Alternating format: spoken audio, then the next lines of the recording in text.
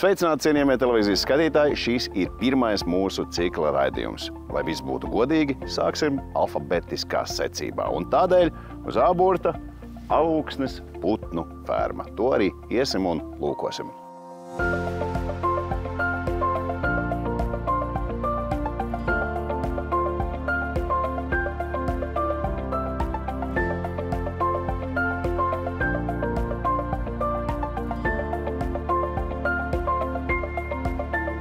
Kā mēs putnkopībā izskatāmies?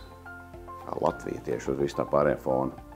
Nu, teiksim tā, ar mūsu putnkopību uz Eiropas fonā mēs varam tiešām lepoties. Jo, ja paskatīties, cik ir dējēju uz vienu cilvēku, ja ir tāds radītājs valstī, ja, tad mēs esam pirmajā vietā Eiropā. Latvijā 2 vistas uz vienu iedzīvotāju, otrajā vietā Holandē, kur ir 1,5 vista uz vienu iedzīvotāju. Un ja mēs ar jums satiktos gadus 4-5 atpakaļ, es pateiktu, ka Holanda ir pirmajā vietā, mēs esam otrajā. Šobrīd putnkopībā nozare Latvijā ļoti attīstās, iet uz priekšu un, kā lai saka, esam pirmajā vietā šobrīd. Strauši izrāviens uz katru Latvijas iedzīvotāju 2 vistas. Tas būtu jāzina vispār Latvijā citādi. Tas, man liekas, tāda ezotēriska informācija, kur zinām tikai tagad mēs, bet cerams arī televīzijas skatītāji, tagad mēs varēsim lepoties. Droši vien, ka Alūksnē, es pieļauju, pēdējo gadu laikā, tīpaši pēdējo 7 gadu laikā, šis cipars ir vēl cēlies. Šeit varētu būt vidēji, cik vistas jums sanākt uz vienu iedzīvotāju? Es domāju, ka tuvu 100 vistam uz vienu Alūksnes iedzīvotāju jau šobrīd ir.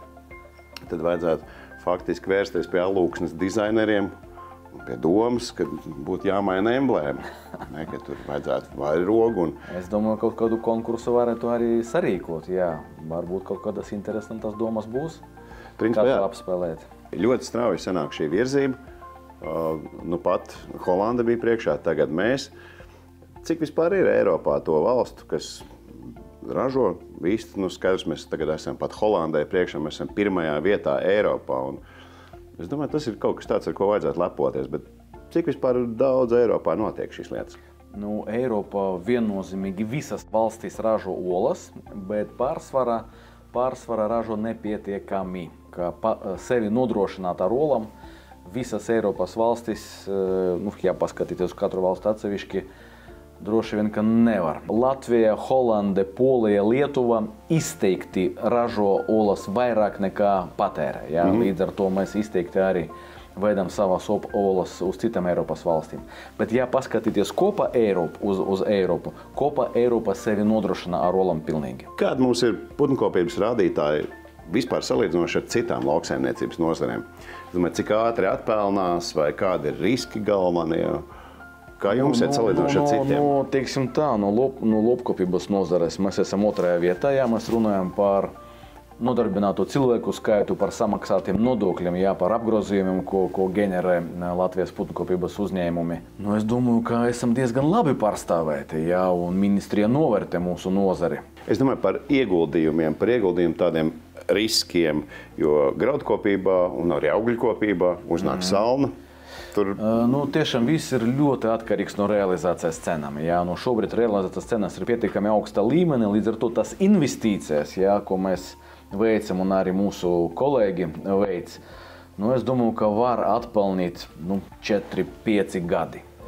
Bet tad, kad cenas ir zema līmenī, tas var aiziet arī līdz kaut kādiem 10 gadiem. Līdz ar to vidēji mūsu nozare skaitas, ka investīcijas atpelnās 7 gadus, tas ir labs radītājs. Tieši tā. Es par to, ka, piemēram, ja augļkopībā katru gadu ir milzīgs risks, būs vispār raža vai vispār raža var nebūt, tad jums savukārt ir risks, ja mēs salīdzinātu ar augļkopību, vai nopirks ābolus vai nē. Un tas nozīmē, ka ražošanas procesā jūs tie riski ir mazāki nekā citām nozarēm. Mums ir savi riski. Ļoti izteikts pēdējos gadus risks ir putnu gripa. Un iemesls augstam cenam šobrīd ne tikai Latvijā, bet visa Eiropa, Amerika, teiksim tā, Kanāda, Austrālija. Pat ir bildes, kad veikalos vispār nav pieejamas olas, jo mums lamo tur par augstam cenam, bet par tām cenām ir atsevišķs stāsts. Bet dažas valstis olas pirciem nav pieejamas. un iemesls ar putnu gripa. Jā, tas jau nesen pavisam ir dzirdēts, gan redzēts par ziņas no Krievijas vai ziņas no Amerikas Savienotām valstīm, kad ir štāti, kuros nav olas, un, protams, ka cilvēks nav apmierināts ar to. Kāds ir Alūksnes vistu fermas stāsts? Ir ko pastāstīt, jā, jo Alūksnes putnu ferma dibināta 1961. gadā. Mēs esam vecākais rūpniecisks olu ražotājs Latvijā. Un tad, kad mums bija 60 gadi, mēs diezgan plaši to atzīmējam un arī meklējam kaut kādas bildes no veciem laikiem un atradām arī lēmumu. Pieņēma lēmumu nodibināt putnu fermu. Faktiski no tā brīža, no 1961. gada februāra mēneša arī ir mūsu vēstures, kā lai saka, sākums. Bija labāki laiki, bija sliktāki laiki.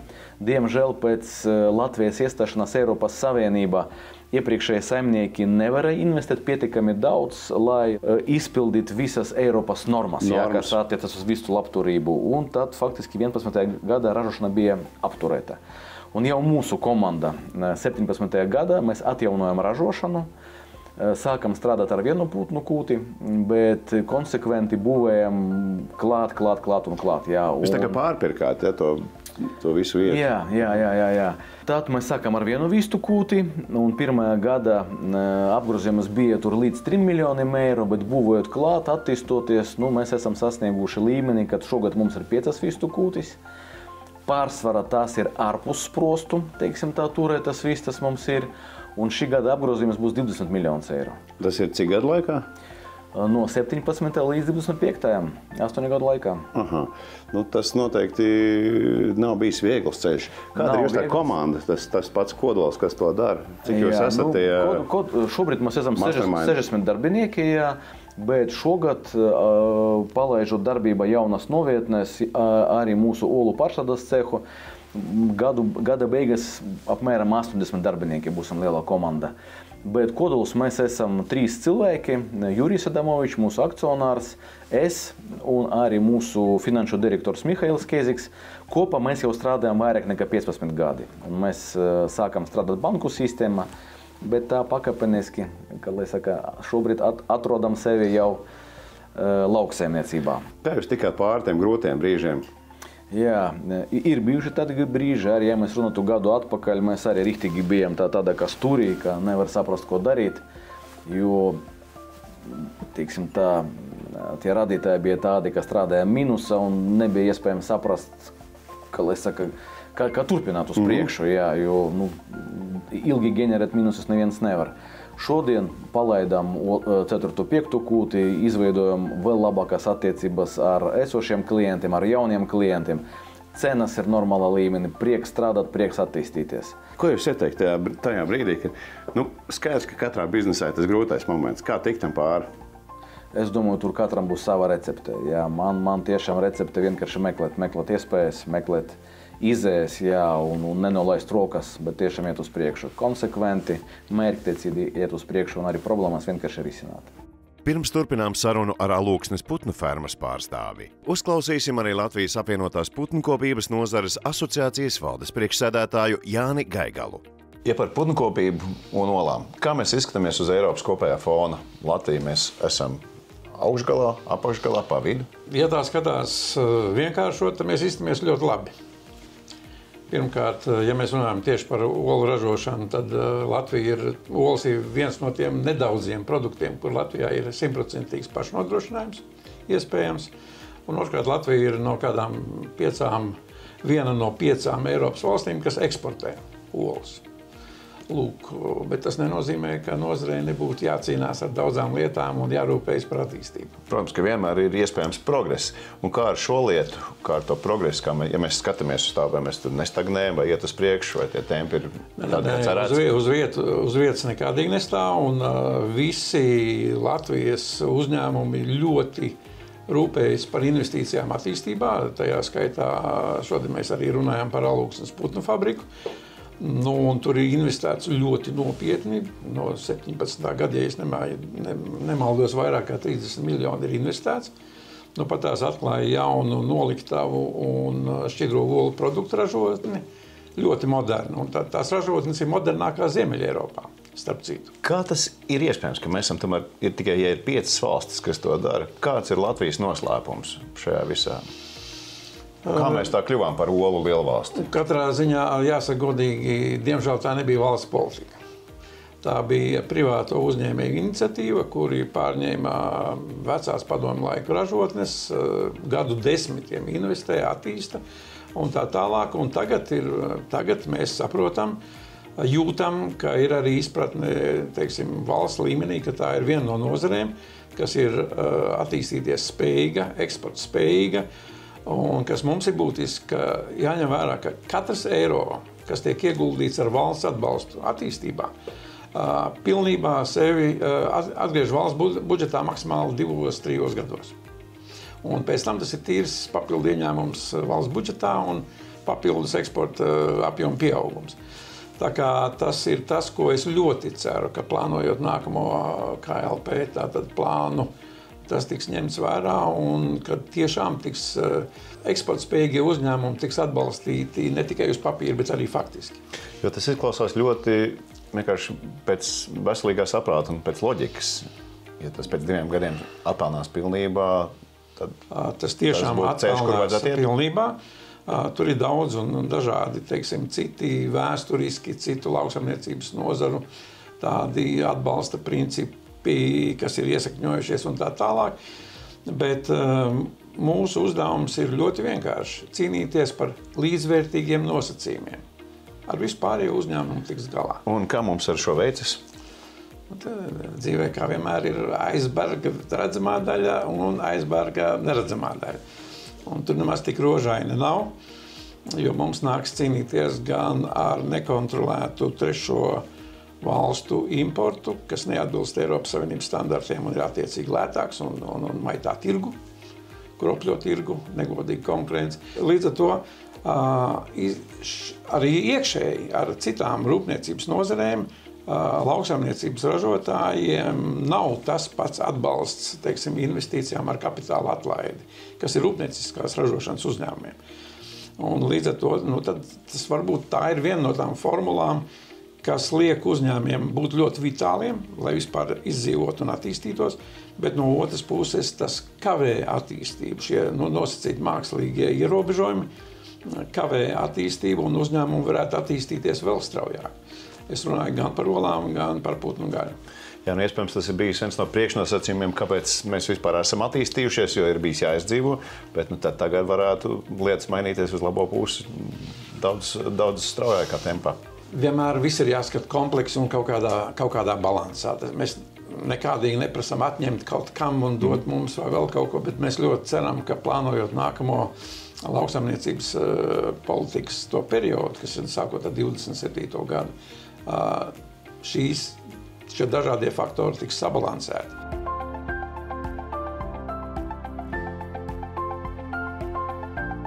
Kā Eiropas fonda un lauka atbalsts? Vai tas ir atbilstoši jūsu vajadzībām? Kā jūs ar to sadzīvojat? Vai jūs spējat samērīgi to lietot, vai vajadzētu vēl? Un kā jums ar šo lietu klājās?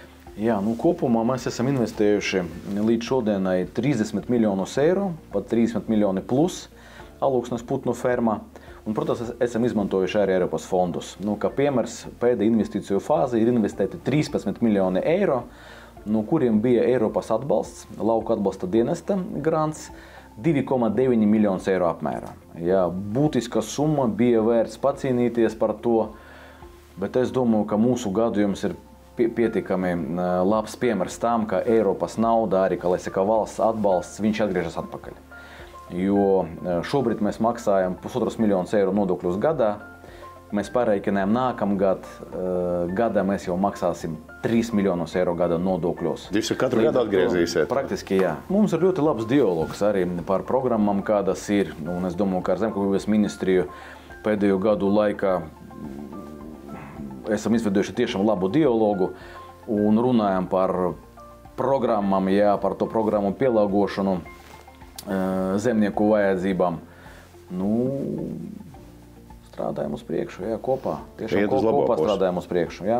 Nav noslēpums, un īstenībā arī tas ir viens moments, ar ko mēs lepojamies, ka, lai pabeigtu šo investīciju fāzi, Mēs esam izgājuši biržā. Mēs šobrīd esam publisks uzņēmums. Un tā nauda, ko mums uzticēja vairāk nekā 2000 akcionāri, no kuriem arī ir Latvijas vietējie pensiju fondi, arī palīdzēja īstenot šo projektu. Un šobrīd tiešām mēs, kā lai saka, ļoti priecājamies un esam gatavi arī mūsu akcionāriem parādīt, kur ir viņu nauda. Ņemot šīs lietas tagad vērā, ka jūs esat gan biržā, jums ir akcionāri, un viņi nav viens, bet vairāk nekā 1000. Jums ir jaunas preces, vai no tā, ka jums katru reizi, kad jūs palielināt sortimentu un nevis tikai ražot olas, bet arī ieviešat jaunu produktu, jums ir jāpārliecina arī visi savi akcionāri, ka šī lieta būs derīga. Droši vien, ka akcionāri arī, bet pirmā vieta ir jāpārliecina mūsu pircēji, ka tās ir labs produkts, lai būtu. Ka garšas un citas īpašības ir labas. Pirmā vieta, protams, pircēji. Ja pircēji pērk produktu, visi ir apmierināti, un rezultātā arī akcionāri būs apmierināti ar akciju cenu, ar dividendiem. Pirms uzklausām Alūksnes putnu fermas vēlējumu visiem Latvijas iedzīvotājiem, aprunāsimies ar valsts sekretāru Ģirtu Krūmiņu. Kā mums ir ar Eiropas atbalstu pārtikas ražošanā? Mums Eiropas atbalsts pārtikas ražošanā ir dažāds. Ir lielākām saimniecībām, mazākām saimniecībām, ir arī pārstrādes programmas, tā kā mums viņš ir ļoti dažāds un pietiekami lielā apjomā. Un tas viss notiek caur Zemkopības ministriju? Zemkopības ministrija tā, kas veido politiku, bet visus šos pasākumus administrē Lauku atbalsta dienests. Tā kā cilvēks pats, ja viņš vēlās pieteikties šim atbalstam, viņš griežās pie Lauku atbalsta dienesta? Ja šis uzņēmējs ir izlēmis, ka viņam ir vajadzīgs kāda veida atbalsts lauksaimniecībā, tad viņš griežās pie Lauku atbalsta dienesta. Tur viņš var aizpildīt pieteikumu, un tad arī, ja projekts tiek apstiprināts, saņemt arī finansējumu un realizēt projektu. Reāli sākt projektu, tas ir tas pats labākais, ko es dzirdēju no tā visa. Es esmu dzirdējis šo par Alūksni. Kas ir Alūksnē saistīts ar atbalstu centru? Alūksnē, ja mēs runājam par lielākajiem saņēmējiem Alūksnē, tad tur ir Alūksnes putnu ferma, kur ir izveidojuši ļoti nopietni olu ražošanu, kas ir viena no lielākajām. Baltikovo mums ir lielākais Latvijā, un viņi ir otri lielākie, kas ražo šis olas un ražo ļoti, ļoti labā kvalitātē. Un, ja mēs skatāmies, tad viņi atrodas tomēr lauku teritorijā, tālu no Rīgas, kur ir ap 100 darba vietām.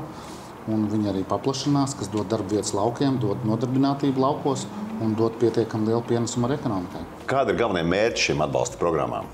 Mērķi šīm atbalsta programmām ir dažādi. Pirmais būtu apdzīvotība, lai cilvēki dzīvotu laukos, lai viņi varētu nopelnīt laukos, lai viņi būtu pārtikuši, lai viņi varētu šeit dzīvot, lai būtu nodokļi.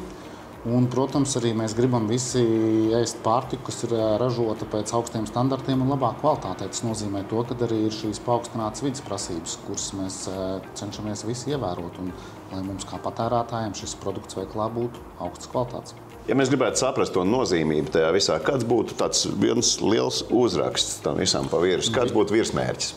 Tas lielais uzraksts, protams, ka mēs visi gribam dzīvot labāk, lai mums būtu vairāk nauda budžetā, lai mums lielākas algas darbiniekiem, vairāk mums būtu ražojošu uzņēmumu, ražot efektīvāk, vairāk eksportētu un kopumā būtu lielāka pievienotā vērtība, kas šeit notiek Latvijā un gala rezultātā labāka dzīve mums visiem, gan tiem, kas strādā laukos, gan skolotājiem, kas māca mūsu bērnus, gan medicīnas darbiniekiem, gan visiem pārējiem.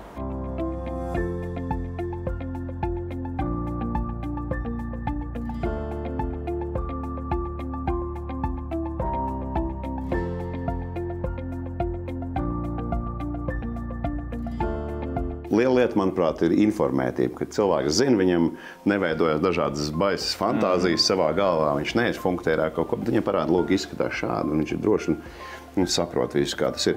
Kā jūs vispār sadzīvojat ar, kā es saprotu, lielākais konkurents Latvijā savukārt jums ir nevis Holanda, bet Baltikovā. Kā jums savā starpā iet jūs draugi? Teiksim tā, mēs esam draugi, jo ir vairākas lietas, kuras mums ir svarīgas kopā. Līdz ar to mēs esam biedri mūsu asociācijā, kas pārstāv mūsu intereses, gan valdes, gan padomes līmenī notiek kontakti, es domāju, ka asociācijas. Protams, ir lietas, par kurām mēs nedrīkstam un arī nerunājam, kur mēs tiešām esam konkurenti, tur cenas, klienti un tā tālāk. Bet, ja mēs runājam par fondu piesaistīšanu, par politikas veidošanu, teiksim, svarīgi jautājumi, darba spēka nodrošinājums un kā lai saka, konkurences izlīdzināšana. Tur mēs, protams, esam draugi un labi sadarbojamies. Jā, lieliski, manuprāt, jebkura attīstība novadam nozīmē visu kopējo dzīves līmeņa celšanos, gan tāpat Ķekavā vai Iecavā, gan tāpat Jūrgalimā, Alūksnē. Un cilvēki ir priecīgi un pateicīgi, ka ir Alūksnē, lūk, ir šāda lieta, ir uzņēmīgi cilvēki, kas to dara un šo lietu attīsta. Un arī mēs varam būt katrs latvietis arī lepns, ka jā, mums ir katram divas vistas.